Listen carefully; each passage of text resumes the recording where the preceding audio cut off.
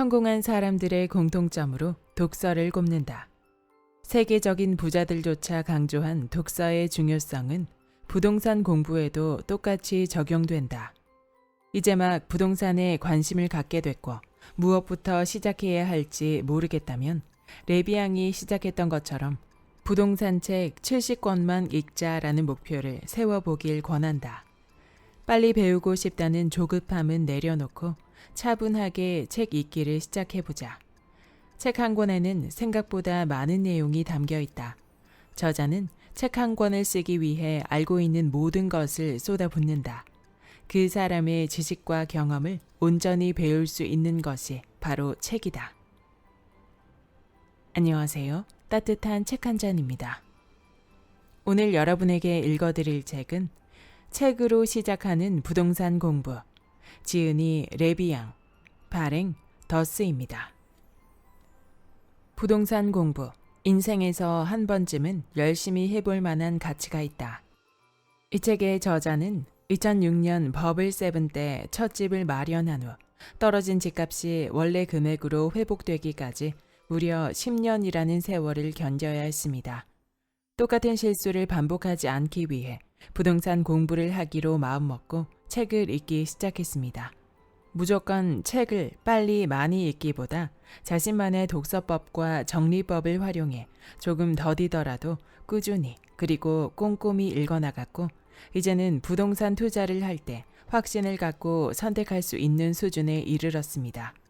그동안의 과정을 기록한 레비앙의 블로그는 부동산 공부를 시작하는 사람들뿐 아니라 경제 전문가, 부동산 책 저자들도 즐겨 찾을 정도로 많은 사람이 모입니다. 책으로 시작하는 부동산 공부는 처음 부동산 공부를 시작하는 사람들을 위해 저자의 경험을 살려 400여 권 중에서 엄선한 70권을 추천하고 책 내용을 내 것으로 만드는 독서법과 정리법, 책을 활용해 더 깊이 공부하는 방법들을 자세하게 그리고 아낌없이 소개하고 있습니다. 이 책이 이제 막 부동산 공부를 시작하는 여러분에게 작은 등불이 되어 안내할 것입니다. 그럼 지금부터 본문 일부를 낭독해 드리겠습니다. 그래, 결심했어. 부동산 책 70권만 읽어보자. 부동산 공부를 해야겠다고 마음은 먹었지만 어떻게 시작해야 할지 막막했다.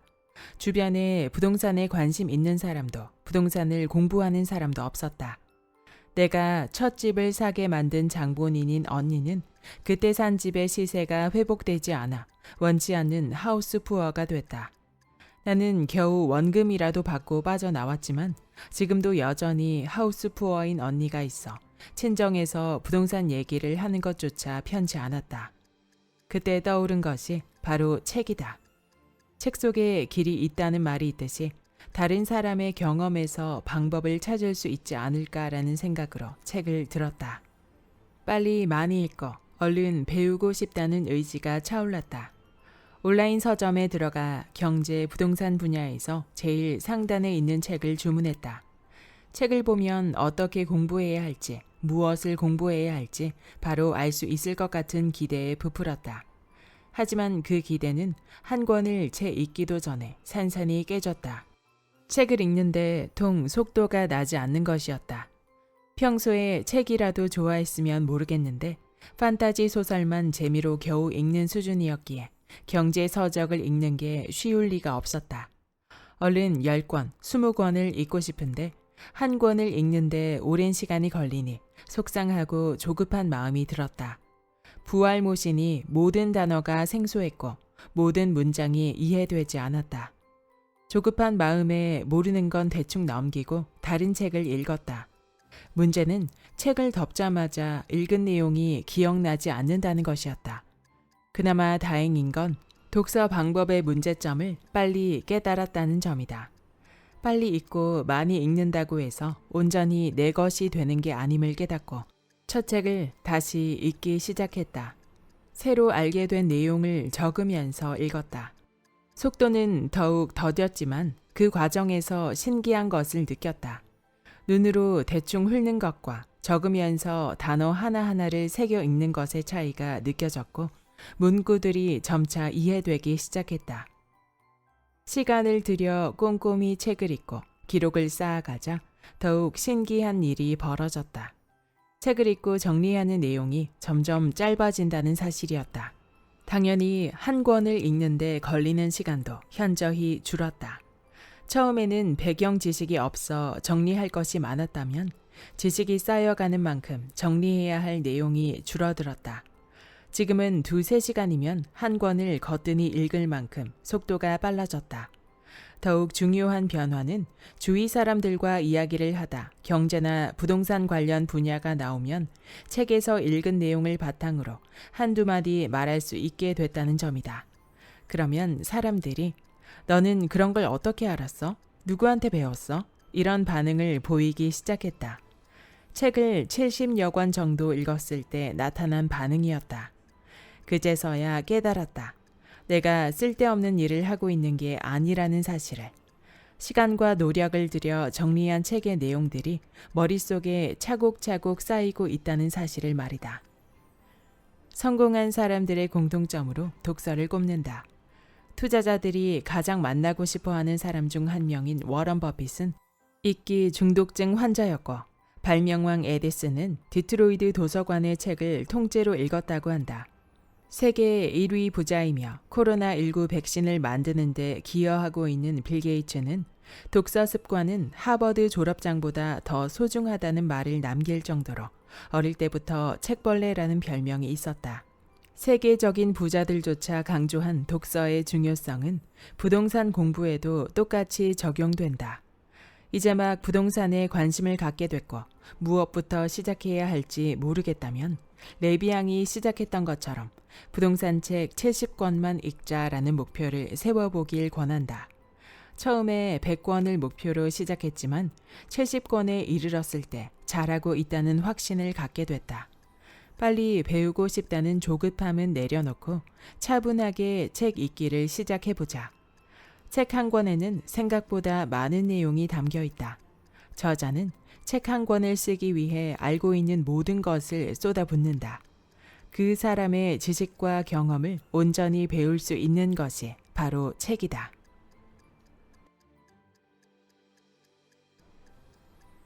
돈에 대한 생각을 바꿔라. 부동산 공부를 시작하기 전까지는 마이너스 통장이란 걸 모르고 살았다. 마이너스 통장을 쓴다는 말을 들으면 낭비가 심하고 절제도 못하는 경제관념이 없는 사람이라고 속으로 흉을 보기도 했다. 하지만 이제 마이너스 통장을 레버리지로 활용한다는 사람을 보면 조금 다르게 보인다. 우리는 흔히 셈이 빠른 사람들을 야같다라고 하거나 돈에 관심이 많은 사람을 돈을 밝힌다라고 표현한다. 돈을 중요하게 생각하는 사람을 돈만 관심 있는 사람으로 치부하기도 한다. 상업을 낮게 여기고 학문을 중시하는 유교 사상이 뿌리 내리면서부터 이런 고정관념이 생긴 게 아닌가 싶다. 그러다 보니 12년간 공교육을 받고 졸업해도 제대로 된 경제교육을 받았다고 느끼는 사람이 드물다. 오히려 사회에 나와 돈을 벌기 시작하면서 경제 공부를 하기 시작했다는 말을 많이 듣는다. 심지어 40대, 50대임에도 제대로 된 경제관념을 갖고 있지 않은 사람들을 자주 본다. 돈만 밝혀서는 안 되겠지만 돈을 제대로 아는 것은 중요하다. 돈이 행복의 필수 요소는 아니지만 돈이 없으면 불편한 것은 사실이다. 절약부터 시작해 자산을 늘리는 경제활동까지 모든 것의 기본은 고정관념을 바꾸는 것부터 시작된다. 그런 점에서 보도 셰퍼의 돈을 읽어보길 권한다. 놀랄만한 이야기도 아닌데 책을 보고 충격을 받았다는 후기를 많이 본다. 그만큼 자신이 돈에 관해 잘 알지 못하고 편견에 사로잡혀 있었다는 뜻이다. 돈에 대해 가졌던 생각이 책을 읽은 후 어떻게 달라졌는지 스스로 느껴보길 바란다.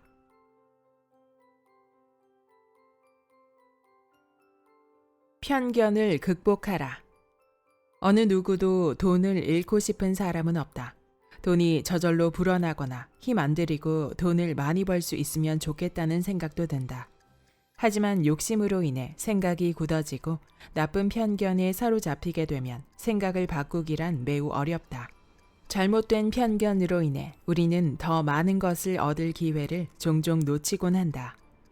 부동산 책을 읽다 보면 자연스레 경제와 관련된 책을 접한다. 특히 주식 분야 책에서 투자 멘토들의 격언을 많이 볼 수 있다. 워런 버핏, 존 템플턴과 같은 투자자들의 격언은 중요한 순간 잘못된 판단을 하지 않는 길잡이가 된다. 부동산 분야가 아니라고 외면하지 말고 기회가 될 때마다 읽기를 추천한다. 많은 조언들 중에서 제일 많이 언급되는 것이 심리적인 편견이다. 공부를 잘해서 자기 분야에 성공한 사람일수록 자기 자만에 빠지기 쉽다. 성공이라는 강화를 통해 자신의 생각이 맞다고 확신한다. 훌륭한 의수를 가졌다고 해서 부동산 투자도 잘하는 것은 아니다. 부동산 중개사라고 해서 모두 투자를 잘하는 것도 아니다. 매수자와 매도자를 연결하는 중개 부분에서는 최고라고 인정받아도 정작 본인의 투자는 못하는 사람도 있다. 일부 직업을 깎아내리려는 의도는 아니다.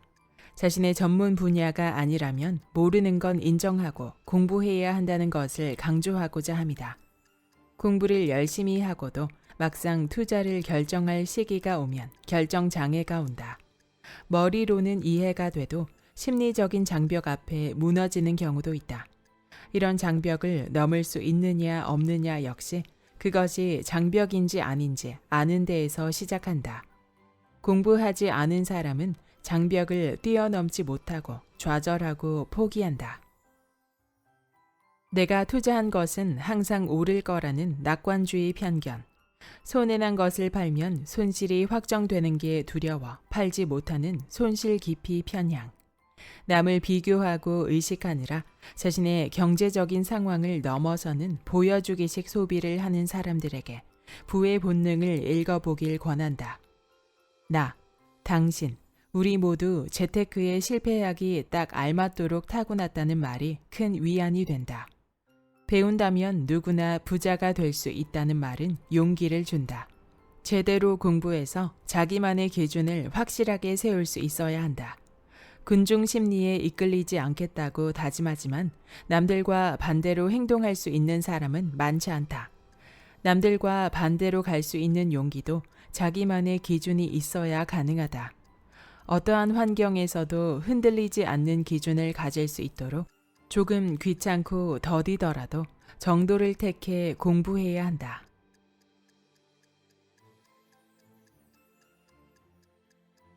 레비앙이 추천하는 도서 독서법과 정리법 보도 셰퍼의 돈 보도 셰퍼 북플러스 2011년 부의 본능 브라운스톤 토트 출판사 2018년 일생에 한 번은 고수를 만나라 한근태 미래의 창 2013년 아주 작은 습관의 힘 제임스 클리어 비즈니스 북스 2019년 부자들의 개인 도서관 이상건 RH 코리아 2017년 독서법 편안하게 읽기 정리법 기억에 남는 문구나 기억하고 싶은 문구만 뽑아서 정리 마인드를 단련시켜주는 책은 지식을 알려주는 책처럼 집중하며 읽을 필요는 없다.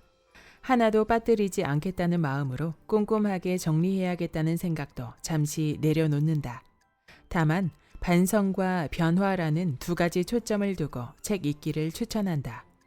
첫 번째, 책에서 나에게 자극이 되고 반성이 되거나 기억해두고 싶은 문구를 적는다.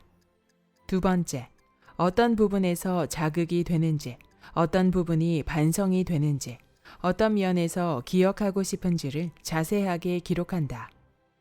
세 번째, 이 문구를 통해 어떤 나로 바꾸고 싶은지 계획을 세운다. 예시 1. 기억하고 싶은 문구. 대개 이사 횟수와 재산은 비례한다. 여러 곳에 직접 살아봐야 지역별 장단점을 정확하게 파악할 수 있고 부동산을 보는 안목이 생기고 안목이 돈으로 변한다. 부의 본능 중에서 2. 반성 내가 살고 있는 지역이 전부라는 생각, 새로운 곳에 적응하기 힘들어하는 성격을 극복하려 하지 않고 편한 곳에 안주하려던 안일한 생각, 자녀가 없거나 어릴 때 그나마 여기저기 살아볼 수 있다는 주변의 조언을 흘려들었던 점이 후회가 된다. 수지 바로 옆에 광교 신도시가 조성될 무렵 서울보다 더 멀다는 이유로 허허벌판에 뭐가 들어오겠냐며 미래를 보지 못한 채 분양받을 생각, 미분양이 난 것을 잡을 생각도 하지 않았던 편협한 시각을 반성한다. 3. 목표. 내가 알고 있는 지역뿐 아니라 주변 지역까지 잘 알고 있어야 기회가 와도 잡을 수 있다는 생각이 든다. 지금부터라도 차근차근 지역 공부를 하고 시간이 날 때마다 현장에 가서 많은 것을 눈과 머리에 담아야겠다. 위의 예시처럼 작성하고 한 달 혹은 1년 뒤에 정리한 것을 다시 읽어보자. 변화하기로 계획한 것을 실천했는지 반성해보고 후회가 되는 부분이 있다면 다시 한번 변화 계획을 세워본다. 한번 잘못은 실수지만 실수가 반복되면 실력이라는 것을 잊지 말자. 마인드를 단련시켜주는 책을 읽고 있는 상황, 시기에 따라 자극받는 부분이 다르다. 그래서 다시 꺼내도 새롭게 읽힌다는 사람이 많다. 책을 읽다가 자극이 많이 된 책은 책장에 잘 보이는 곳에 꽂아두고 마음이 힘들 때나 문득 그 책이 생각날 때 다시 꺼내 읽으며 해이해진 마음을 다잡아 보기 바란다. 역사를 알면 미래를 예측할 수 있다.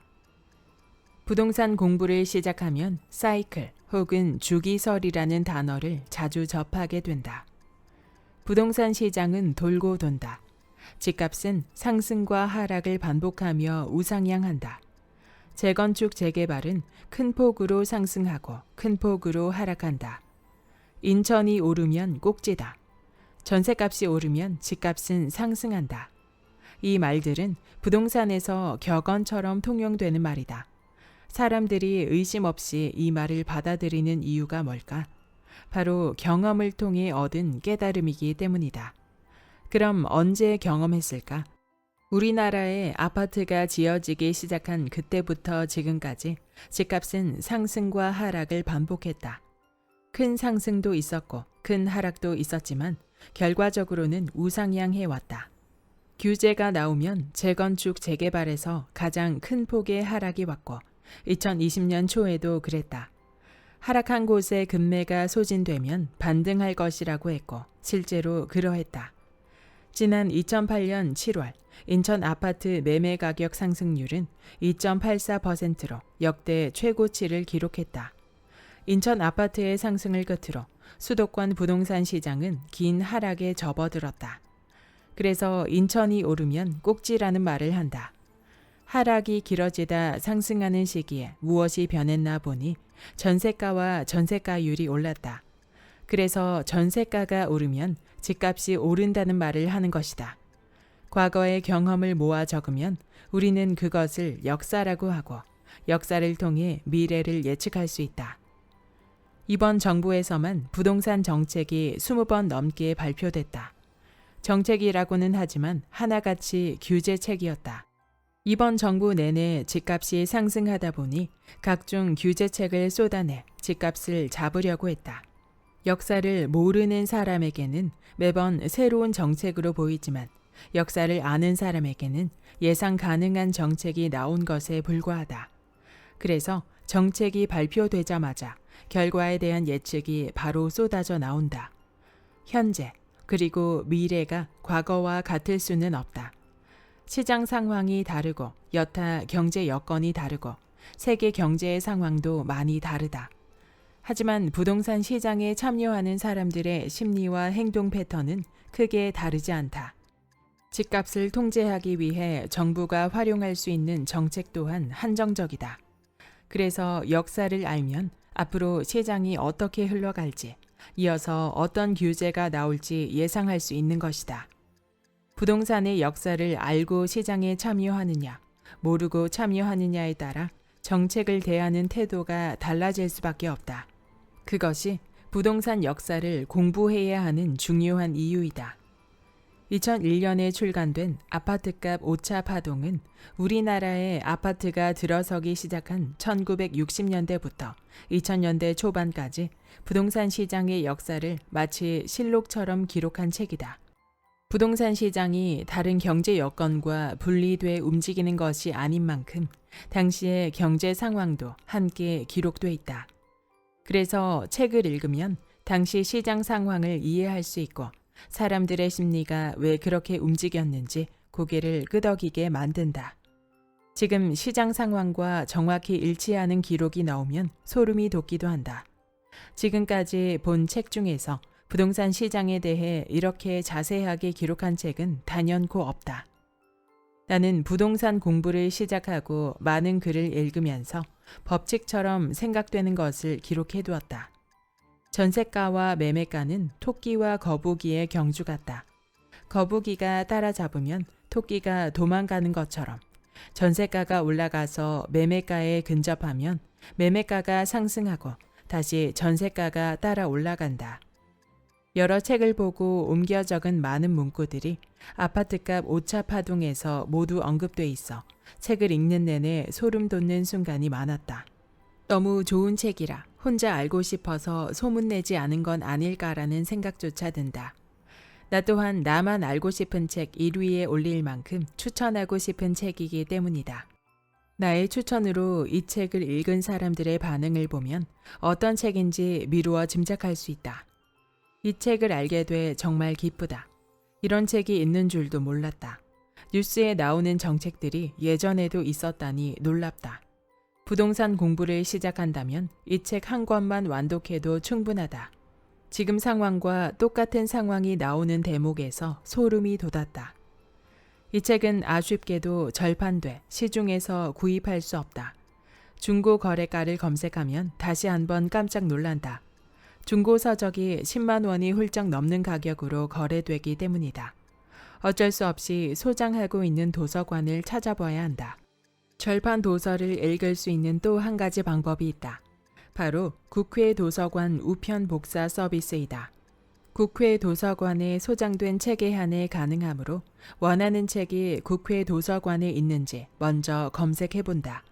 가까운 곳이라면 대출도 가능하며 우편 복사 신청도 가능하다. 대한민국 부동산 40년은 2000년대 노무현 정부 시기의 부동산 정책을 기록한 책이다. 아파트값 오차 파동이 2000년 초반에서 책이 마무리되기 때문에 이어지는 시기에 부동산 정책 흐름을 파악하는 데 도움이 된다. 당시 부동산 시장의 분위기와 함께 어떤 정책을 어떤 이유로 고려했는지, 정책을 시행하기까지 어떤 논의가 있었는지, 논의 과정을 거쳐 시행되지 않은 정책은 무엇인지, 예상되는 문제점은 어떤 것이었는지 자세하게 기록돼 있다. 규제의 끝판왕이라는 전월세 상한제, 채권 입찰제가 논의되고도 시행되지 못한 이유도 있다. 지금 정부의 정책이 노무현 정부의 정책과 같다는 말을 많이 한다. 이 책을 봐야 할 이유가 이 점 하나로도 충분해 보인다. 지금 부동산 시장의 정책과 앞으로 나올 정책, 그 파급 효과를 예상해 보는데 도움이 될 것이다. 부동산 시장은 돌고 돈다고 한다. 이후에 어떻게 부동산 시장의 흐름이 흘러갔는지 책을 통해 교훈을 얻기를 바란다. 입지. 기본 원리를 알면 쉽다. 처음 마련한 내 집이 1억이나 떨어진 상황을 10년 가까이 경험한 나로서는 다시 내 집을 마련해도 되는지 근본적인 생각부터 흔들리고 있었다. 불안한 마음이 들 때마다 더 열심히 책을 읽었다. 아무런 공부도 없이 무턱대고 집만 산다고 해서 결코 행복해지지 않는다는 것을 경험했기 때문이다. 집을 사놓고 하루에도 12번씩 괜히 샀나 후회가 밀려온다면 전혀 행복하지 않을 것이다. 후회와 불안은 확신이 없기 때문에 생긴다. 유명하다는 강사를 찾아가 질문해보고 블로그나 카페에 들어가 아무한테나 쪽지를 보내고 답장을 기다리면서 초조해할 뿐이다. 내가 왜 투자를 하려고 하는지, 어떤 지역에 무슨 이유로 투자하려고 하는지 스스로 확신을 갖는 것이 가장 중요하다. 부동산 투자, 이렇게 쉬웠어? 라는 책의 제목처럼 부동산 투자가 쉽다면 이 책을 읽지도 않을 것이다. 뭔가 막연하고 잘 모르겠는데 도움이 되는 책이 없을까 고민하며 이 책을 펼쳤을 것이다. 어떤 분야든 기본 원리를 알면 쉬워진다. 부동산 공부도 마찬가지이다. 가장 기본이 되는 원리만 이해해도 나도 한번 해볼 수 있지 않을까? 라는 자신감이 생긴다. 부동산의 부자도 모르던 시절, 이 책을 읽으면서 나도 해볼 수 있겠다는 용기를 얻었다. 부동산 공부를 왜 해야 하는지, 어떤 식으로 접근하면 좋을지 알게 해주는 책이었다. 명료한 문장과 개조식 구성으로 가독성도 좋다. 다만 예전에 나온 책이라 지금 시장 상황에 맞는 투자법은 아닐 수 있음을 미리 밝힌다. 부동산 분야가 생소하게 느껴진다면 쉬운 것부터, 기본적인 원리부터 배워보길 추천한다. 재건축과 재개발. 신축은 진리다. 교통도 좋고 학군도 양호하고 편의시설도 만족스러운데 단지 낡았다는 단점만 지닌 아파트들이 서울에는 너무 많다. 서울 아파트의 노후도 수준은 전국에서도 상위권에 속한다. 서울 아파트는 점점 늙어가는데 새 아파트를 지을 수 있는 땅은 거의 없다. 그렇기에 서울에서 새 아파트를 지을 수 있는 방법은 낡은 아파트나 동네를 헐고 새로 짓는 재건축 혹은 재개발밖에 없다. 누구나 새 아파트로 이사 가고 싶어 한다. 수요만큼 공급이 되지 않는데 정부에서는 재건축이나 재개발 사업에 계속 규제를 가하고 있다. 신축이 됐거나 신축이 될 가능성이 있는 것들이 주변 집값을 자극하는 요인으로 작용하기 때문이다. 그렇게 신축을 막는 사이 새로 입주한 새 아파트가 평당 1억이라는 가격에 거래되는 기록을 세우기도 했다. 주변 시설이 양호해서 아파트만 새로 짓는 방식을 재건축, 소방도로조차 확보가 안 된 낡은 동네를 전부 헐고 길부터 기반시설까지 새로 구획하는 방식을 재개발이라고 한다. 재건축보다는 재개발이 훨씬 복잡하고 시간도 더 걸릴 거란 예측이 가능하다. 처음 부동산 공부를 하는 사람들에게 정비사업, 재건축, 재개발, 소규모 주택 정비사업 등은 왠지 모를 고수의 영역처럼 느껴진다. 비례유린이 용적유린이 하는 생소한 용어들이 등장하고 사업성이 좋은지 아닌지 계산할 수 있어야 한다고 말한다. 비대위 같은 무서운 얘기도 나온다. 잘 진행되던 사업이 갑자기 지연되기도 하고 아예 무산되기도 한다. 이런저런 이야기들이 정비 사업을 더욱 어려운 영역으로 느껴지게 만든다. 그럼에도 불구하고 부동산 상승장에서 가장 크게 오르는 것이 정비 사업 대상이 되는 아파트나 빌라이다. 이유가 무엇일까? 가까운 미래의 모습이 머릿속에 그려지기 때문이다. 낡은 아파트들 사이에 독야청청 세련된 아파트가 들어온다고 상상해보자. 가격이 얼마든 그 아파트를 원하는 수요는 많을 것이라는 짐작이 가능하다. 이것이 정비 사업을 끌어올리는 힘이고 안 되던 사업을 다시 진행시키는 원동력이기도 하다. 정비 사업에서 동의율 75%라는 벽은 생각보다 높다. 74%를 맞추고도 1% 때문에 1, 2년씩 사업이 지연되기도 하고 허위로 동의서를 받았다고 소송을 거는 경우도 있다. 75%를 맞춰서 사업이 추진된다 하더라도 100% 동의가 아닌 이상 반대하는 사람은 분명 존재한다. 합의가 잘 되면 좋지만 아닌 경우 소송으로 몇 년씩 지체되기도 한다. 사업이 늦어질수록 아파트는 낡아가고 전세 보증금은 턱없이 낮아진다. 그 예로 10억씩 거래되는 아파트의 전세금이 고작 9천에서 1억에 불과한 경우도 있다. 그만큼 많은 기회비용을 투입해 미래의 영광을 기다리는 것이다.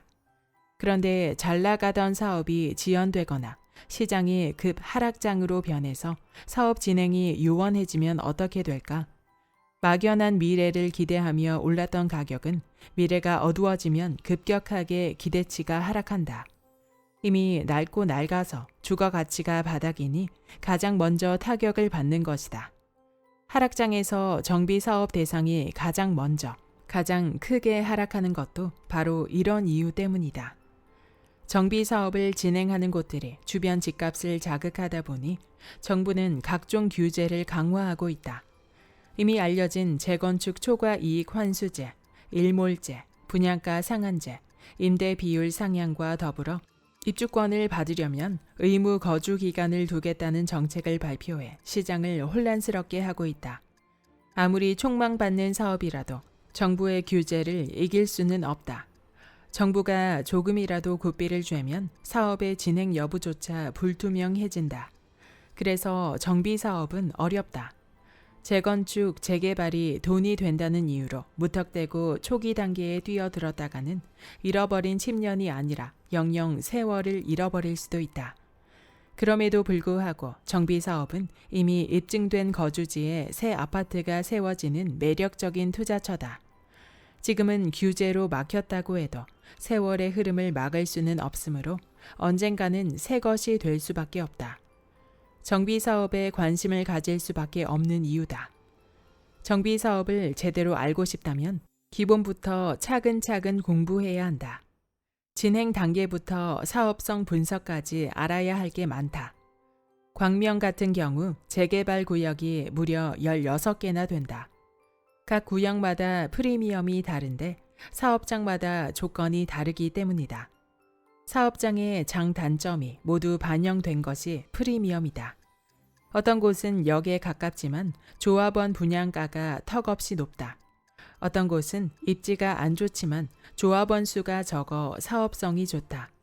어떤 곳은 세대수가 크고 어떤 곳은 세대수는 작지만 지하철역과 가깝다. 이런저런 조건들을 하나하나 따져보고 조건에 비해 프리미엄이 덜 반영된 곳을 찾아야 한다. 정비 사업에 대한 기본 지식 없이 현장을 방문하면 무시당하기 일쑤이다. 부동산 중개사가 불친절해서라기보다는 하나하나 설명해 주기에는 알려줘야 할 게 많아서이다. 어느 정도 지식이 있어야 좋은 질문도 가능하고 말이 잘 통해야 더 좋은 조건의 물건도 알아볼 수 있다. 뚜껑이나 도로 같은 매물이 나와도 그것이 어떤 상품인지 모르는 사람에겐 굳이 권하지 않을 게 분명하다. 가치를 알아보고 원하는 사람에게 기회는 가기 마련이다. 정비 사업 중에서도 재건축 재개발에 대한 기초를 제대로 공부하게 해준 책이 바로 돈 되는 재건축 재개발이다.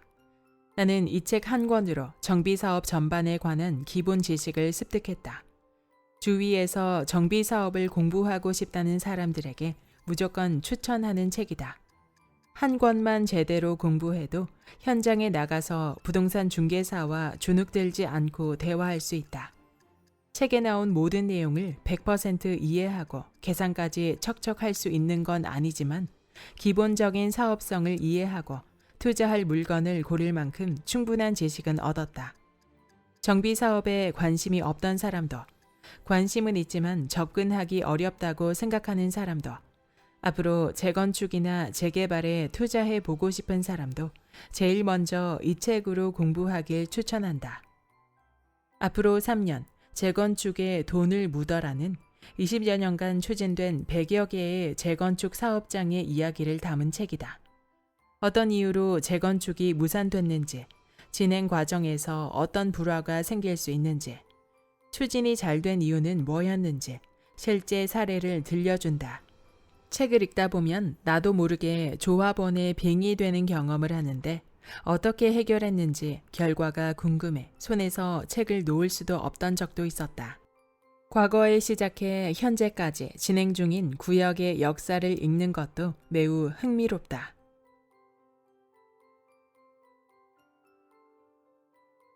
금리. 자산을 한 바구니에 담지 말라. 나는 부동산 공부를 한다고 해서 부동산 분야의 책만 보는 건 아니다. 처음에는 부동산 분야의 책만 한정해서 읽었지만 책을 읽을수록 경제 전반에 대해 알아야겠다는 생각이 커졌다. 경제의 흐름과 무관하게 부동산만 독야청청 제 길을 갈 수는 없다. 금리, 환율, 유가, 세계 경제의 상황이 유기적으로 연결돼 있고 부동산도 그러한 흐름에서 크게 벗어나지 않는다. 처음에는 부동산 책만 읽어도 벅차겠지만 시간이 지날수록 다양한 분야로 시야를 넓힐 필요가 있다. 앞으로 3년 경제 전쟁의 미래는 환율과 금리가 우리 경제에 미치는 영향을 자세히 설명한 책이다. 이 책을 추천하면 대체로 이런 반응을 보인다. 고등학교 경제 시간에 졸린 눈을 비비며 겨우 들었던 환율과 금리를 다시 공부하게 될 줄은 꿈에도 몰랐습니다. 시험에 나온다고 해도 공부 안 했던 과목인데 이 나이에 다시 공부하게 될 줄은 몰랐습니다. 하지만 끝까지 완독한 사람들은 소감을 이렇게 말한다. 이렇게라도 읽을 수 있어서 너무 감사합니다. 뉴스에 나오는 경제 관련 기사가 귀에 쏙쏙 들어옵니다. 기름값이 떨어져서 좋다고만 생각했는데 마냥 좋아할 일만은 아니라는 것을 알게 됐습니다. 미국과 중동이 유가 전쟁을 한다는 뉴스를 봐도 잘 이해되지 않았는데 이제는 어렴풋이 이해할 수 있게 됐습니다. 인플레이션과 유동성을 이해하니 코로나19 이후 재난소득으로 풀릴 유동성이 어떤 파급 효과를 줄지 생각해 보게 됐습니다. 금리는 집값에 큰 영향을 주는 경제 요소이다. 금리가 낮아지면 집값이 상승한다고 하는데 금리가 높을 때도 집값은 올랐다. 2006년에서 2007년 신용대출 금리는 7%대였다. 버블 세븐이라는 말이 생길 정도로 당시 부동산 시장은 화랑이었다. 나를 포함한 많은 사람들이 고금리를 감수하며 집을 샀고 집값도 크게 올랐다. 꼭 금리가 낮아야만 집값이 오르는 것은 아니다. 지금은 역사적으로 봐도 초저금리이다. 7%대 이자를 냈던 걸 생각하면 지금 1, 2%대의 금리는 거의 공짜에 가깝다는 생각이 들 정도이다. 돈을 빌려 집을 사지 않는 것이 바보처럼 보이는 시대이다. 게다가 앞으로도 초저금리는 지속될 것이라고 한다. 어쩌면 돈을 예금하면 보관료를 내야 하는 마이너스 금리 시대가 다가올지도 모르겠다. 초저금리 시대가 지속되면 마냥 부동산이 호황일 수 있을까란 의문도 든다. 환율을 공부하고 달러 투자와 미국 주식에 관심을 갖게 됐다. 환율은 오르고 내리고를 반복한다. 현재 1달러는 1,200원대에서 소폭의 오르내림을 반복하고 있다. 하지만 IMF를 겪어본 사람이라면 당시 1달러당 1,997원까지 상승했던 걸 기억할 것이다. 기준을 정해 일정 금액 이하로 떨어지면 달러로 바꾸고 일정 금액 이상으로 오르면 파는 방법으로 환차손 수익을 기대할 수 있다. 바꾼 달러로 미국 주식에 투자하는 방법도 있다. 전 세계 1등 국가는 단연코 미국이다.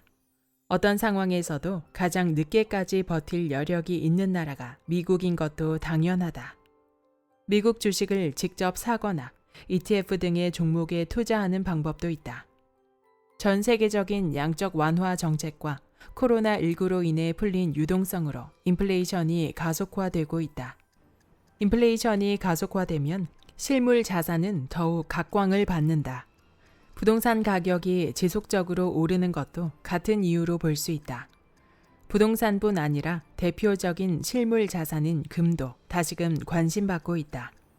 앞으로도 금 가격의 강세는 지속될 것이란 전망도 속속 나오고 있다. KRX 한국금거래소에서 직접 금을 사거나 금 ETF를 매입하는 방법으로 금 투자도 가능하다. 투자처가 부동산만 있는 것은 아니다. 주식도 한국 주식만 투자해야 하는 것도 아니다. 계란을 한 바구니에 담지 말라는 말은 알지만 바구니 종류가 어떤 것이 있는지 아는 게 더 중요하다. 다양한 분야에서 가능성을 발견하기 위해서는 스스로 견문을 넓히는 노력이 필요하다. 그 시작은 역시 책으로 가능하다. 여기까지 책으로 시작하는 부동산 공부의 본문 일부였습니다. 이 책의 저자 레비앙님은 블로거로서 더 유명한 인물인데요. 언니의 내 집 마련을 보고 분위기에 휩쓸려 반대 속에서도 첫 내 집 마련을 했지만 사자마자 하락장을 맞이해 원금으로 회복되기까지 10년이 걸리면서 다시는 실수하지 않으려 부동산 공부를 시작하게 되었다고 합니다. 저자는 부동산 공부의 멘토를 바로 책으로 정하고 시간이 걸리지만 꼼꼼하게 모르는 용어는 일일이 찾아가며 차근차근 읽어나갔고 집필 시점에 400여 권의 책을 읽으며 그동안에 쌓아온 자신만의 정리법과 활용법을 공유하고 있습니다. 저자는 무엇보다 지금은 부동산 투자에 있어서 스스로의 판단에 확신을 가지고 선택할 수 있는 수준에 이르렀으며 원하던 자산 목표를 달성했다고 말합니다.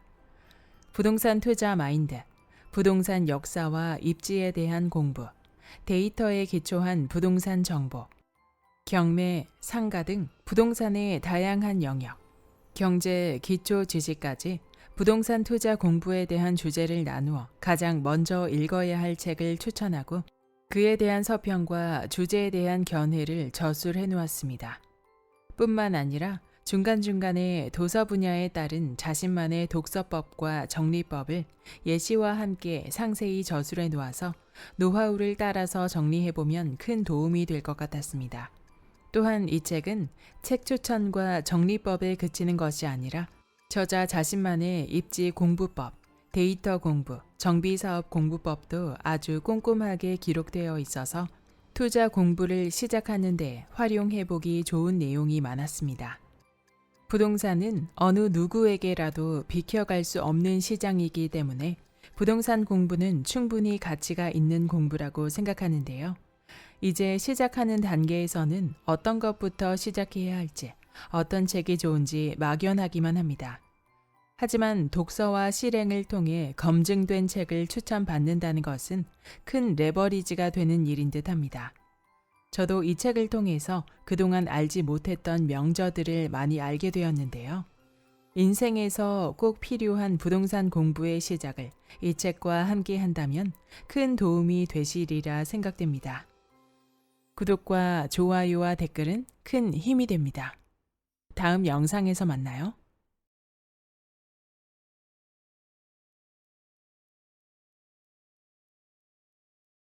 그래, 결심했어. 부동산 책 70권만 읽어보자. 부동산 공부를 해야겠다고 마음은 먹었지만 어떻게 시작해야 할지 막막했다. 주변에 부동산에 관심 있는 사람도 부동산을 공부하는 사람도 없었다. 내가 첫 집을 사게 만든 장본인인 언니는 그때 산 집의 시세가 회복되지 않아 원치 않는 하우스 푸어가 됐다. 나는 겨우 원금이라도 받고 빠져나왔지만 지금도 여전히 하우스 푸어인 언니가 있어 친정에서 부동산 얘기를 하는 것조차 편치 않았다.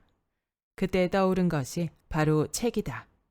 책 속에 길이 있다는 말이 있듯이 다른 사람의 경험에서 방법을 찾을 수 있지 않을까라는 생각으로 책을 들었다. 빨리 많이 읽고 얼른 배우고 싶다는 의지가 차올랐다. 온라인 서점에 들어가 경제, 부동산 분야에서 제일 상단에 있는 책을 주문했다. 책을 보면 어떻게 공부해야 할지, 무엇을 공부해야 할지 바로 알 수 있을 것 같은 기대에 부풀었다. 하지만 그 기대는 한 권을 채 읽기도 전에 산산이 깨졌다. 책을 읽는데 통 속도가 나지 않는 것이었다. 평소에 책이라도 좋아했으면 모르겠는데 판타지 소설만 재미로 겨우 읽는 수준이었기에 경제 서적을 읽는 게 쉬울 리가 없었다. 얼른 10권, 20권을 읽고 싶은데 한 권을 읽는데 오랜 시간이 걸리니 속상하고 조급한 마음이 들었다. 부활모신이 모든 단어가 생소했고 모든 문장이 이해되지 않았다. 조급한 마음에 모르는 건 대충 넘기고 다른 책을 읽었다. 문제는 책을 덮자마자 읽은 내용이 기억나지 않는다는 것이었다. 그나마 다행인 건 독서 방법의 문제점을 빨리 깨달았다는 점이다. 빨리 읽고 많이 읽는다고 해서 온전히 내 것이 되는 게 아님을 깨닫고 첫 책을 다시 읽기 시작했다. 새로 알게 된 내용을 적으면서 읽었다. 속도는 더욱 더뎠지만 그 과정에서 신기한 것을 느꼈다. 눈으로 대충 훑는 것과 적으면서 단어 하나하나를 새겨 읽는 것의 차이가 느껴졌고 문구들이 점차 이해되기 시작했다. 시간을 들여 꼼꼼히 책을 읽고 기록을 쌓아가자 더욱 신기한 일이 벌어졌다. 책을 읽고 정리하는 내용이 점점 짧아진다는 사실이었다. 당연히 한 권을 읽는데 걸리는 시간도 현저히 줄었다. 처음에는 배경 지식이 없어 정리할 것이 많았다면 지식이 쌓여가는 만큼 정리해야 할 내용이 줄어들었다. 지금은 2~3시간이면 한 권을 거뜬히 읽을 만큼 속도가 빨라졌다. 더욱 중요한 변화는 주위 사람들과 이야기를 하다 경제나 부동산 관련 분야가 나오면 책에서 읽은 내용을 바탕으로 한두 마디 말할 수 있게 됐다는 점이다. 그러면 사람들이 너는 그런 걸 어떻게 알았어? 누구한테 배웠어? 이런 반응을 보이기 시작했다. 책을 70여 권 정도 읽었을 때 나타난 반응이었다. 그제서야 깨달았다. 내가 쓸데없는 일을 하고 있는 게 아니라는 사실을. 시간과 노력을 들여 정리한 책의 내용들이 머릿속에 차곡차곡 쌓이고 있다는 사실을 말이다. 성공한 사람들의 공통점으로 독서를 꼽는다. 투자자들이 가장 만나고 싶어하는 사람 중 한 명인 워런 버핏은 읽기 중독증 환자였고 발명왕 에디슨은 디트로이트 도서관의 책을 통째로 읽었다고 한다. 세계 1위 부자이며 코로나19 백신을 만드는 데 기여하고 있는 빌 게이츠는 독서 습관은 하버드 졸업장보다 더 소중하다는 말을 남길 정도로 어릴 때부터 책벌레라는 별명이 있었다. 세계적인 부자들조차 강조한 독서의 중요성은 부동산 공부에도 똑같이 적용된다. 이제 막 부동산에 관심을 갖게 됐고 무엇부터 시작해야 할지 모르겠다면 레비앙이 시작했던 것처럼 부동산 책 70권만 읽자라는 목표를 세워보길 권한다. 처음에 100권을 목표로 시작했지만 70권에 이르렀을 때 잘하고 있다는 확신을 갖게 됐다. 빨리 배우고 싶다는 조급함은 내려놓고 차분하게 책 읽기를 시작해보자. 책 한 권에는 생각보다 많은 내용이 담겨 있다. 저자는 책 한 권을 쓰기 위해 알고 있는 모든 것을 쏟아붓는다. 그 사람의 지식과 경험을 온전히 배울 수 있는 것이 바로 책이다.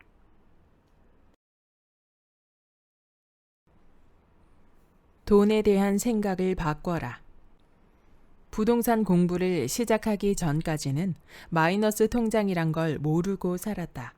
마이너스 통장을 쓴다는 말을 들으면 낭비가 심하고 절제도 못하는 경제관념이 없는 사람이라고 속으로 흉을 보기도 했다.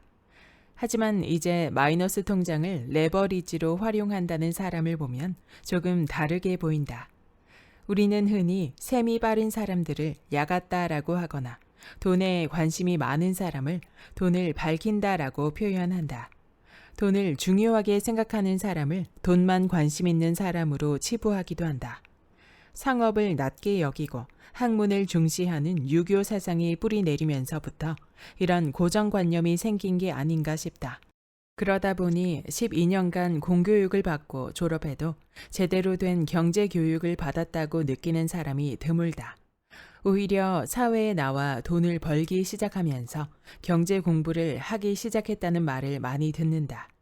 심지어 40대, 50대임에도 제대로 된 경제관념을 갖고 있지 않은 사람들을 자주 본다. 돈만 밝혀서는 안 되겠지만 돈을 제대로 아는 것은 중요하다. 돈이 행복의 필수 요소는 아니지만 돈이 없으면 불편한 것은 사실이다. 절약부터 시작해 자산을 늘리는 경제활동까지 모든 것의 기본은 고정관념을 바꾸는 것부터 시작된다. 그런 점에서 보도 셰퍼의 돈을 읽어보길 권한다. 놀랄만한 이야기도 아닌데 책을 보고 충격을 받았다는 후기를 많이 본다. 그만큼 자신이 돈에 관해 잘 알지 못하고 편견에 사로잡혀 있었다는 뜻이다. 돈에 대해 가졌던 생각이 책을 읽은 후 어떻게 달라졌는지 스스로 느껴보길 바란다.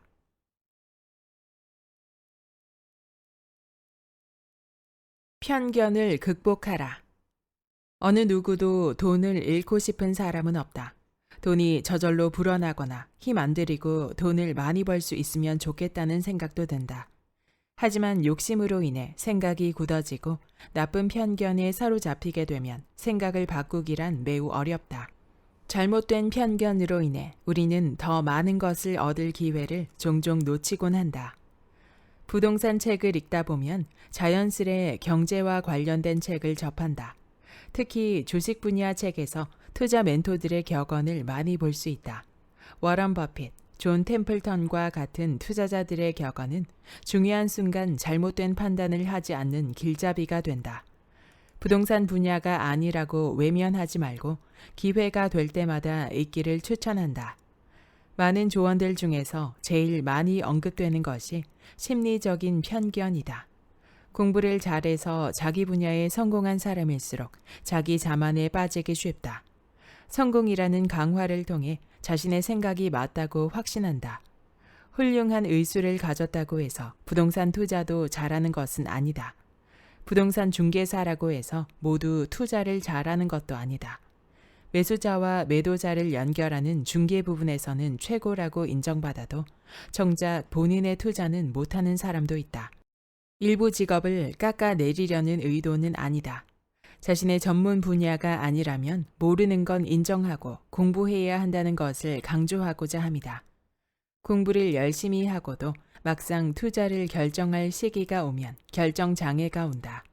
머리로는 이해가 돼도 심리적인 장벽 앞에 무너지는 경우도 있다. 이런 장벽을 넘을 수 있느냐 없느냐 역시 그것이 장벽인지 아닌지 아는 데에서 시작한다. 공부하지 않은 사람은 장벽을 뛰어넘지 못하고 좌절하고 포기한다. 내가 투자한 것은 항상 오를 거라는 낙관주의 편견. 손해난 것을 팔면 손실이 확정되는 게 두려워 팔지 못하는 손실 기피 편향.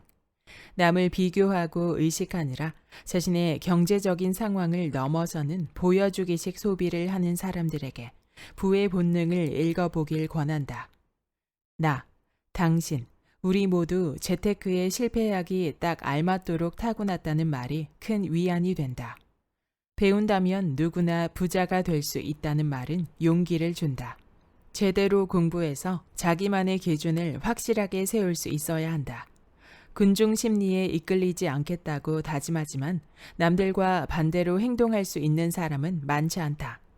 남들과 반대로 갈 수 있는 용기도 자기만의 기준이 있어야 가능하다. 어떠한 환경에서도 흔들리지 않는 기준을 가질 수 있도록 조금 귀찮고 더디더라도 정도를 택해 공부해야 한다.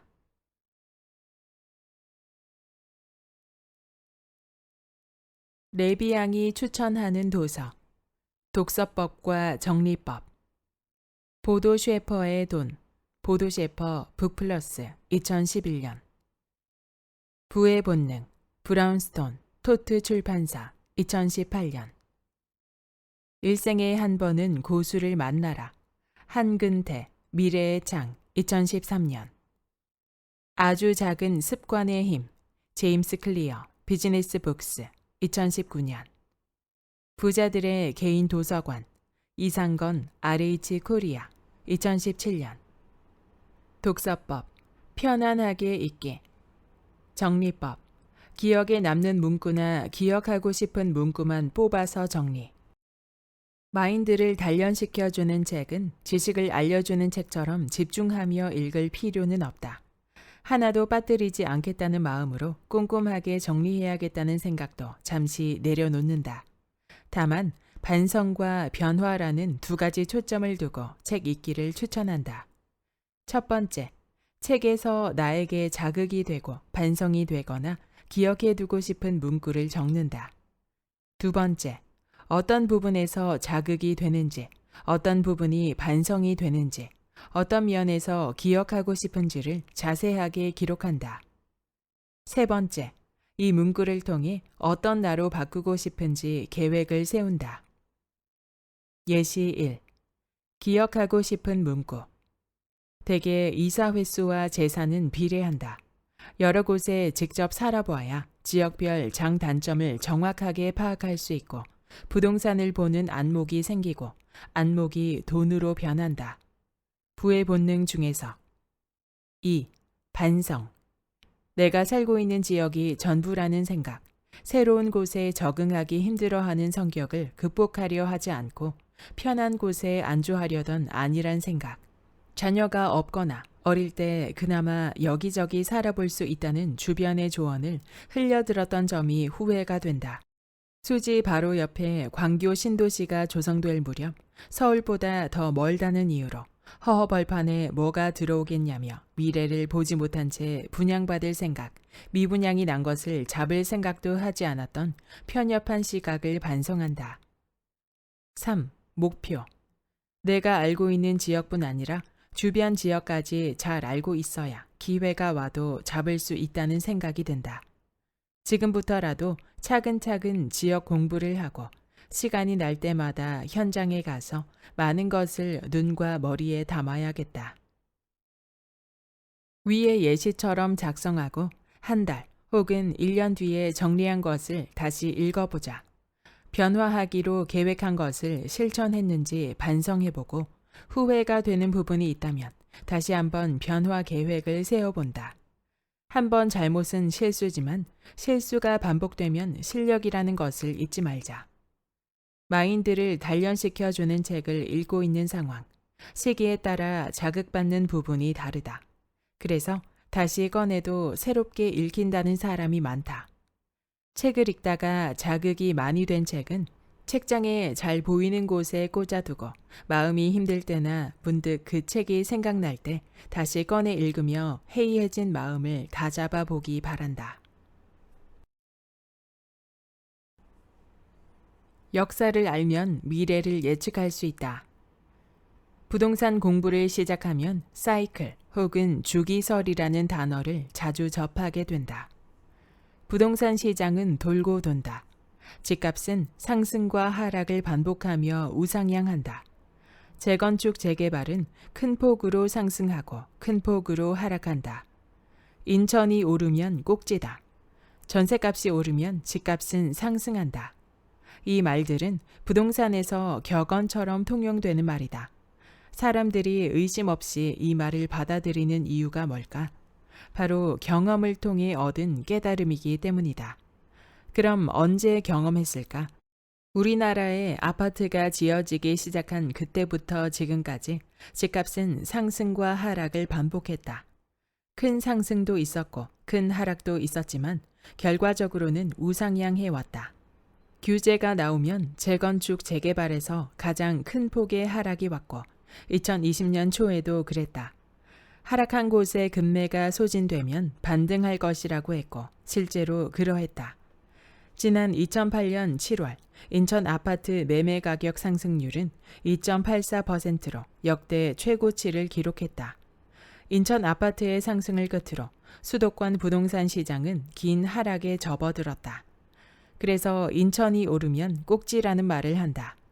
하락이 길어지다 상승하는 시기에 무엇이 변했나 보니 전세가와 전세가율이 올랐다. 그래서 전세가가 오르면 집값이 오른다는 말을 하는 것이다. 과거의 경험을 모아 적으면 우리는 그것을 역사라고 하고 역사를 통해 미래를 예측할 수 있다. 이번 정부에서만 부동산 정책이 20번 넘게 발표됐다. 정책이라고는 하지만 하나같이 규제책이었다. 이번 정부 내내 집값이 상승하다 보니 각종 규제책을 쏟아내 집값을 잡으려고 했다. 역사를 모르는 사람에게는 매번 새로운 정책으로 보이지만 역사를 아는 사람에게는 예상 가능한 정책이 나온 것에 불과하다. 그래서 정책이 발표되자마자 결과에 대한 예측이 바로 쏟아져 나온다. 현재 그리고 미래가 과거와 같을 수는 없다. 시장 상황이 다르고 여타 경제 여건이 다르고 세계 경제의 상황도 많이 다르다. 하지만 부동산 시장에 참여하는 사람들의 심리와 행동 패턴은 크게 다르지 않다. 집값을 통제하기 위해 정부가 활용할 수 있는 정책 또한 한정적이다. 그래서 역사를 알면 앞으로 시장이 어떻게 흘러갈지, 이어서 어떤 규제가 나올지 예상할 수 있는 것이다. 부동산의 역사를 알고 시장에 참여하느냐, 모르고 참여하느냐에 따라 정책을 대하는 태도가 달라질 수밖에 없다. 그것이 부동산 역사를 공부해야 하는 중요한 이유이다. 2001년에 출간된 아파트값 오차 파동은 우리나라에 아파트가 들어서기 시작한 1960년대부터 2000년대 초반까지 부동산 시장의 역사를 마치 실록처럼 기록한 책이다. 부동산 시장이 다른 경제 여건과 분리돼 움직이는 것이 아닌 만큼 당시의 경제 상황도 함께 기록돼 있다. 그래서 책을 읽으면 당시 시장 상황을 이해할 수 있고 사람들의 심리가 왜 그렇게 움직였는지 고개를 끄덕이게 만든다. 지금 시장 상황과 정확히 일치하는 기록이 나오면 소름이 돋기도 한다. 지금까지 본 책 중에서 부동산 시장에 대해 이렇게 자세하게 기록한 책은 단연코 없다. 나는 부동산 공부를 시작하고 많은 글을 읽으면서 법칙처럼 생각되는 것을 기록해 두었다. 전세가와 매매가는 토끼와 거북이의 경주 같다. 거북이가 따라잡으면 토끼가 도망가는 것처럼 전세가가 올라가서 매매가에 근접하면 매매가가 상승하고 다시 전세가가 따라 올라간다. 여러 책을 보고 옮겨 적은 많은 문구들이 아파트값 오차 파동에서 모두 언급돼 있어 책을 읽는 내내 소름 돋는 순간이 많았다. 너무 좋은 책이라 혼자 알고 싶어서 소문내지 않은 건 아닐까라는 생각조차 든다. 나 또한 나만 알고 싶은 책 1위에 올릴 만큼 추천하고 싶은 책이기 때문이다. 나의 추천으로 이 책을 읽은 사람들의 반응을 보면 어떤 책인지 미루어 짐작할 수 있다. 이 책을 알게 돼 정말 기쁘다. 이런 책이 있는 줄도 몰랐다. 뉴스에 나오는 정책들이 예전에도 있었다니 놀랍다. 부동산 공부를 시작한다면 이 책 한 권만 완독해도 충분하다. 지금 상황과 똑같은 상황이 나오는 대목에서 소름이 돋았다. 이 책은 아쉽게도 절판돼 시중에서 구입할 수 없다. 중고 거래가를 검색하면 다시 한번 깜짝 놀란다. 중고 서적이 10만 원이 훌쩍 넘는 가격으로 거래되기 때문이다. 어쩔 수 없이 소장하고 있는 도서관을 찾아봐야 한다. 절판 도서를 읽을 수 있는 또 한 가지 방법이 있다. 바로 국회 도서관 우편 복사 서비스이다. 국회 도서관에 소장된 책에 한해 가능하므로 원하는 책이 국회 도서관에 있는지 먼저 검색해 본다. 가까운 곳이라면 대출도 가능하며 우편 복사 신청도 가능하다. 대한민국 부동산 40년은 2000년대 노무현 정부 시기의 부동산 정책을 기록한 책이다. 아파트값 오차 파동이 2000년 초반에서 책이 마무리되기 때문에 이어지는 시기에 부동산 정책 흐름을 파악하는 데 도움이 된다.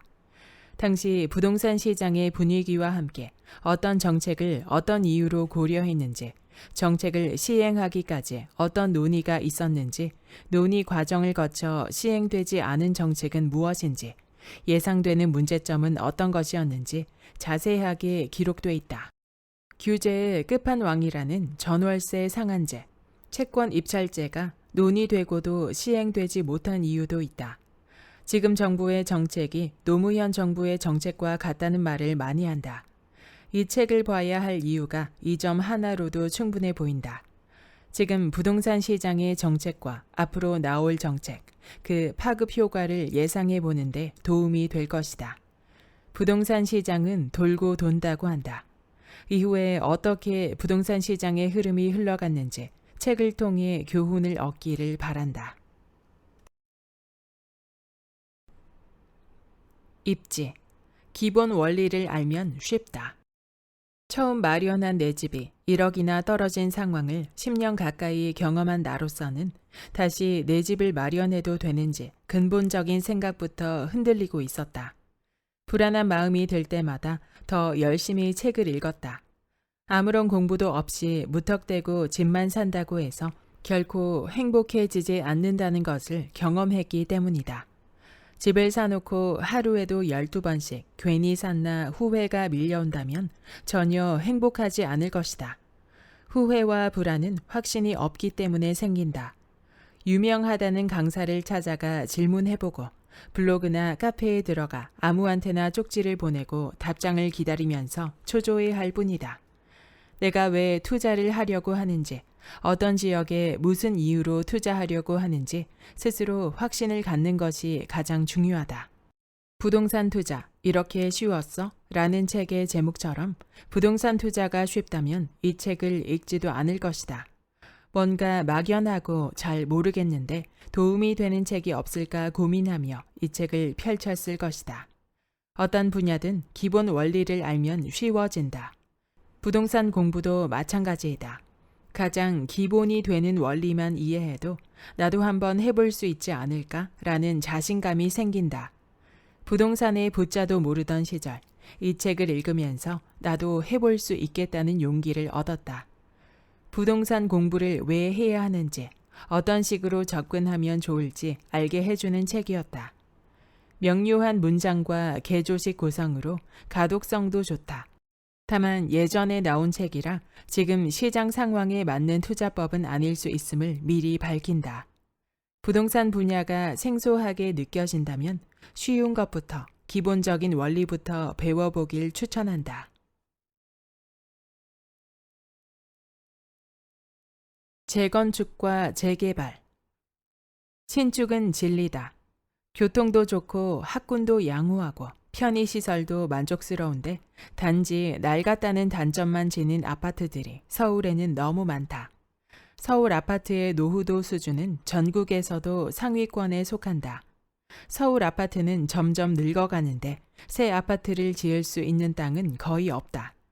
그렇기에 서울에서 새 아파트를 지을 수 있는 방법은 낡은 아파트나 동네를 헐고 새로 짓는 재건축 혹은 재개발밖에 없다. 누구나 새 아파트로 이사 가고 싶어 한다.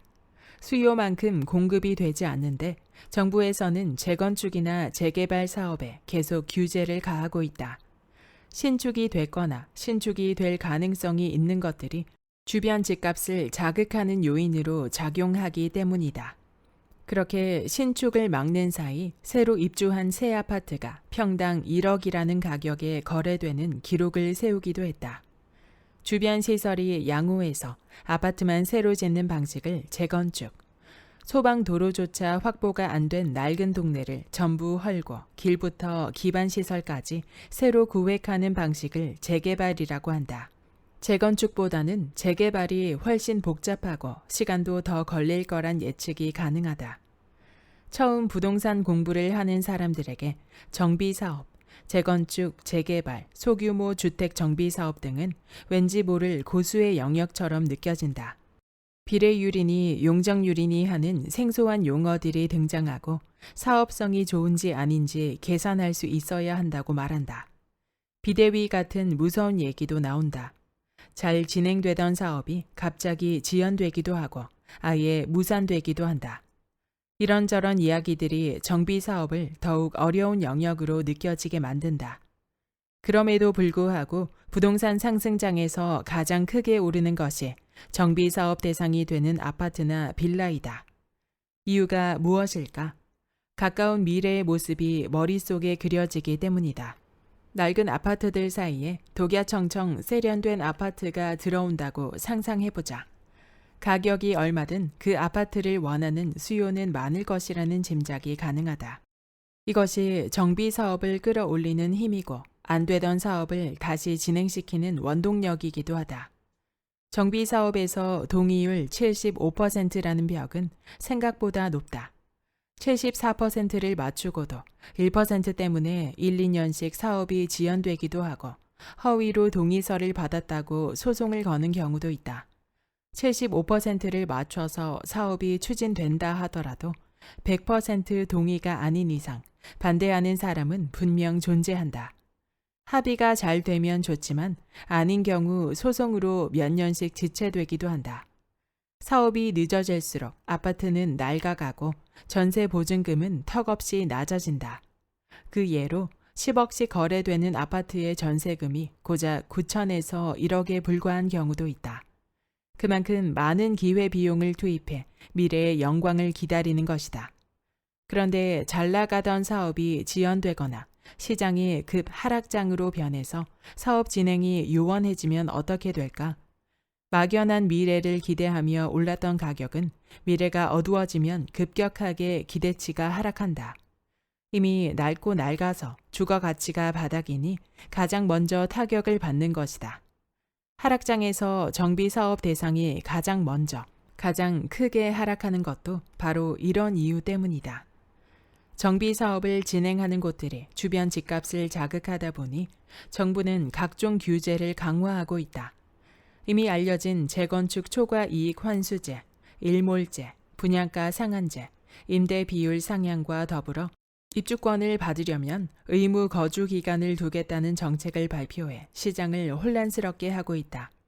아무리 촉망받는 사업이라도 정부의 규제를 이길 수는 없다. 정부가 조금이라도 고삐를 쬐면 사업의 진행 여부조차 불투명해진다. 그래서 정비 사업은 어렵다. 재건축, 재개발이 돈이 된다는 이유로 무턱대고 초기 단계에 뛰어들었다가는 잃어버린 10년이 아니라 영영 세월을 잃어버릴 수도 있다. 그럼에도 불구하고 정비 사업은 이미 입증된 거주지에 새 아파트가 세워지는 매력적인 투자처다. 지금은 규제로 막혔다고 해도 세월의 흐름을 막을 수는 없으므로 언젠가는 새 것이 될 수밖에 없다. 정비 사업에 관심을 가질 수밖에 없는 이유다. 정비 사업을 제대로 알고 싶다면 기본부터 차근차근 공부해야 한다. 진행 단계부터 사업성 분석까지 알아야 할 게 많다. 광명 같은 경우 재개발 구역이 무려 16개나 된다. 각 구역마다 프리미엄이 다른데 사업장마다 조건이 다르기 때문이다. 사업장의 장단점이 모두 반영된 것이 프리미엄이다. 어떤 곳은 역에 가깝지만 조합원 분양가가 턱없이 높다. 어떤 곳은 입지가 안 좋지만 조합원 수가 적어 사업성이 좋다. 어떤 곳은 세대수가 크고 어떤 곳은 세대수는 작지만 지하철역과 가깝다. 이런저런 조건들을 하나하나 따져보고 조건에 비해 프리미엄이 덜 반영된 곳을 찾아야 한다. 정비 사업에 대한 기본 지식 없이 현장을 방문하면 무시당하기 일쑤이다. 부동산 중개사가 불친절해서라기보다는 하나하나 설명해 주기에는 알려줘야 할 게 많아서이다. 어느 정도 지식이 있어야 좋은 질문도 가능하고 말이 잘 통해야 더 좋은 조건의 물건도 알아볼 수 있다. 뚜껑이나 도로 같은 매물이 나와도 그것이 어떤 상품인지 모르는 사람에겐 굳이 권하지 않을 게 분명하다. 가치를 알아보고 원하는 사람에게 기회는 가기 마련이다. 정비 사업 중에서도 재건축, 재개발에 대한 기초를 제대로 공부하게 해준 책이 바로 돈 되는 재건축, 재개발이다. 나는 이 책 한 권으로 정비 사업 전반에 관한 기본 지식을 습득했다. 주위에서 정비 사업을 공부하고 싶다는 사람들에게 무조건 추천하는 책이다. 한 권만 제대로 공부해도 현장에 나가서 부동산 중개사와 주눅들지 않고 대화할 수 있다. 책에 나온 모든 내용을 100% 이해하고 계산까지 척척 할 수 있는 건 아니지만 기본적인 사업성을 이해하고 투자할 물건을 고를 만큼 충분한 지식은 얻었다. 정비 사업에 관심이 없던 사람도, 관심은 있지만 접근하기 어렵다고 생각하는 사람도, 앞으로 재건축이나 재개발에 투자해 보고 싶은 사람도 제일 먼저 이 책으로 공부하길 추천한다. 앞으로 3년 재건축에 돈을 묻어라는 20여 년간 추진된 100여 개의 재건축 사업장의 이야기를 담은 책이다. 어떤 이유로 재건축이 무산됐는지, 진행 과정에서 어떤 불화가 생길 수 있는지, 추진이 잘 된 이유는 뭐였는지 실제 사례를 들려준다. 책을 읽다 보면 나도 모르게 조합원의 빙이 되는 경험을 하는데 어떻게 해결했는지 결과가 궁금해 손에서 책을 놓을 수도 없던 적도 있었다. 과거에 시작해 현재까지 진행 중인 구역의 역사를 읽는 것도 매우 흥미롭다.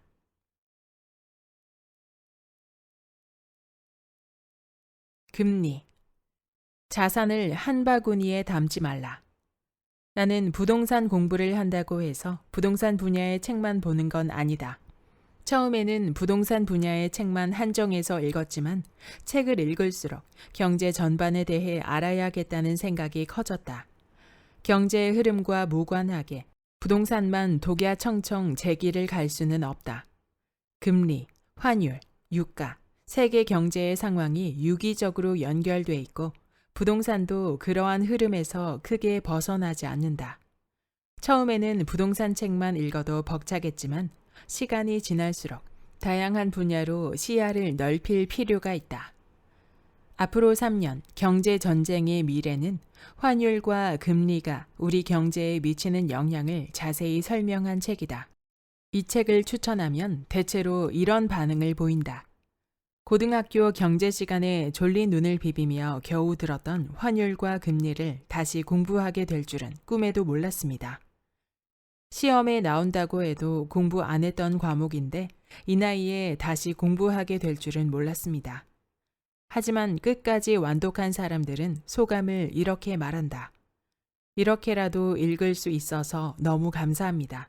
뉴스에 나오는 경제 관련 기사가 귀에 쏙쏙 들어옵니다.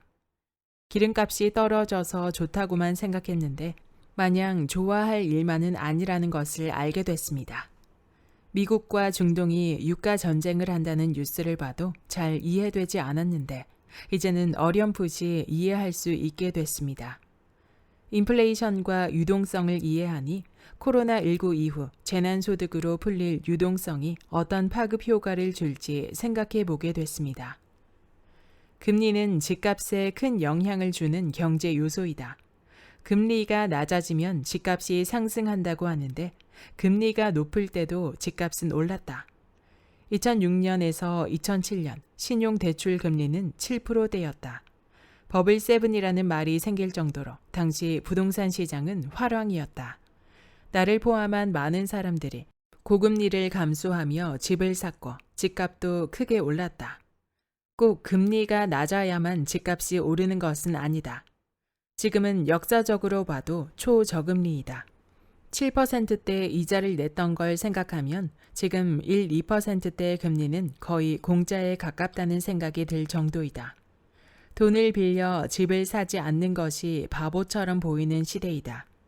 게다가 앞으로도 초저금리는 지속될 것이라고 한다. 어쩌면 돈을 예금하면 보관료를 내야 하는 마이너스 금리 시대가 다가올지도 모르겠다. 초저금리 시대가 지속되면 마냥 부동산이 호황일 수 있을까란 의문도 든다. 환율을 공부하고 달러 투자와 미국 주식에 관심을 갖게 됐다. 환율은 오르고 내리고를 반복한다. 현재 1달러는 1,200원대에서 소폭의 오르내림을 반복하고 있다.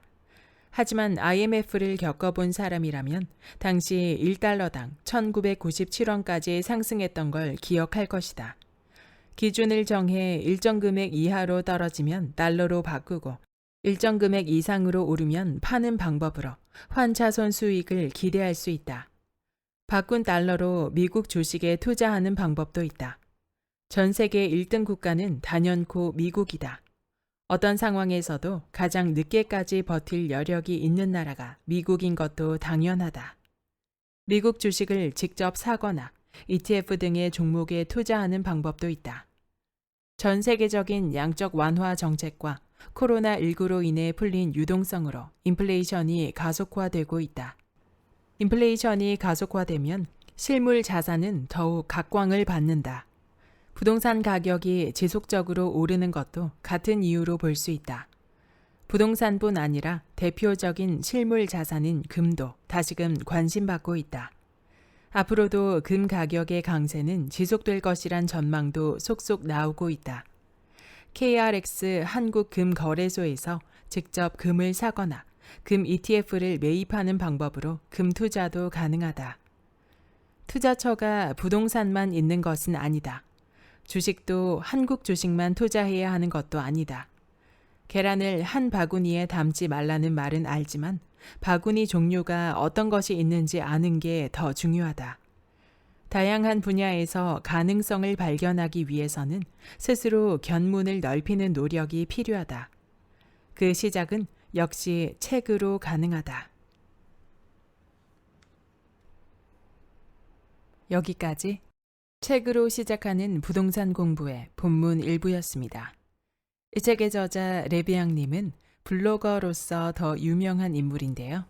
언니의 내 집 마련을 보고 분위기에 휩쓸려 반대 속에서도 첫 내 집 마련을 했지만 사자마자 하락장을 맞이해 원금으로 회복되기까지 10년이 걸리면서 다시는 실수하지 않으려 부동산 공부를 시작하게 되었다고 합니다. 저자는 부동산 공부의 멘토를 바로 책으로 정하고 시간이 걸리지만 꼼꼼하게 모르는 용어는 일일이 찾아가며 차근차근 읽어나갔고 집필 시점에 400여 권의 책을 읽으며 그동안에 쌓아온 자신만의 정리법과 활용법을 공유하고 있습니다. 저자는 무엇보다 지금은 부동산 투자에 있어서 스스로의 판단에 확신을 가지고 선택할 수 있는 수준에 이르렀으며 원하던 자산 목표를 달성했다고 말합니다. 부동산 투자 마인드, 부동산 역사와 입지에 대한 공부, 데이터에 기초한 부동산 정보, 경매, 상가 등 부동산의 다양한 영역, 경제 기초 지식까지 부동산 투자 공부에 대한 주제를 나누어 가장 먼저 읽어야 할 책을 추천하고 그에 대한 서평과 주제에 대한 견해를 저술해 놓았습니다. 뿐만 아니라 중간중간에 도서 분야에 따른 자신만의 독서법과 정리법을 예시와 함께 상세히 저술해 놓아서 노하우를 따라서 정리해보면 큰 도움이 될 것 같았습니다. 또한 이 책은 책 추천과 정리법에 그치는 것이 아니라 저자 자신만의 입지 공부법, 데이터 공부, 정비사업 공부법도 아주 꼼꼼하게 기록되어 있어서 투자 공부를 시작하는 데 활용해보기 좋은 내용이 많았습니다. 부동산은 어느 누구에게라도 비켜갈 수 없는 시장이기 때문에 부동산 공부는 충분히 가치가 있는 공부라고 생각하는데요. 이제 시작하는 단계에서는 어떤 것부터 시작해야 할지, 어떤 책이 좋은지 막연하기만 합니다. 하지만 독서와 실행을 통해 검증된 책을 추천받는다는 것은 큰 레버리지가 되는 일인 듯 합니다. 저도 이 책을 통해서 그동안 알지 못했던 명저들을 많이 알게 되었는데요. 인생에서 꼭 필요한 부동산 공부의 시작을 이 책과 함께 한다면 큰 도움이 되시리라 생각됩니다. 구독과 좋아요와 댓글은 큰 힘이 됩니다. 다음 영상에서 만나요.